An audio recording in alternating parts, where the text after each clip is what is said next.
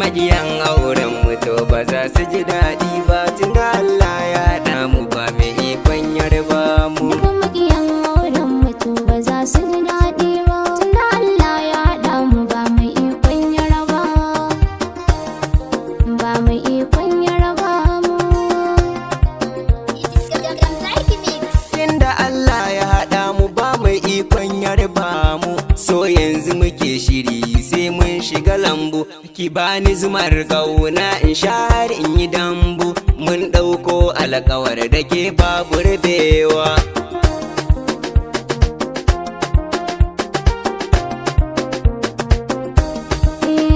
Sannan muradina ga ka gefe na, kai ne a sama na kuma kai ne sanina, zan cika buri ran da ka zamto angona, ni zan maka shimfiɗi ka zo ka habibi na,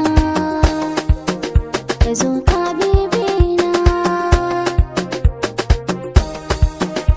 Na je na dawo assalamu alaiki, da gaske na san ki can a zuci na ɓoye ki, kin yi daban mata a cikin su kina ƙyalli, ke ce tauraruwa ki zo ki a bar kauna.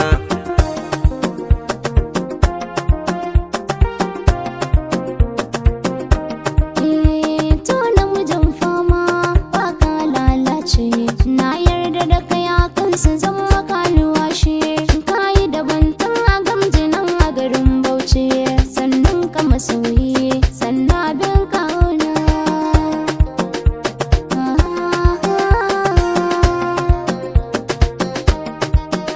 Ni na fita nema na samu muradina, ni dama ke nake gani a mafarkina, zan fiye jin daɗi in kina daga gefe na, sannin ki uwar gida ki taso mu yi wasa.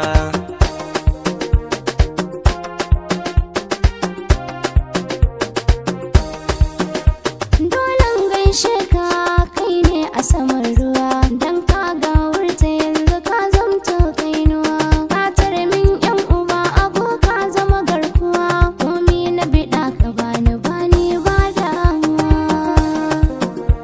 ka ji masoyina. A ɗaura mana aure ki zo ki mana kirki tuwo da miyan zogale. Ni zan rufe kofa in je in sake labule, Kin faɗi gaskiya saboda gudun ƙyallaɓe. saboda gudun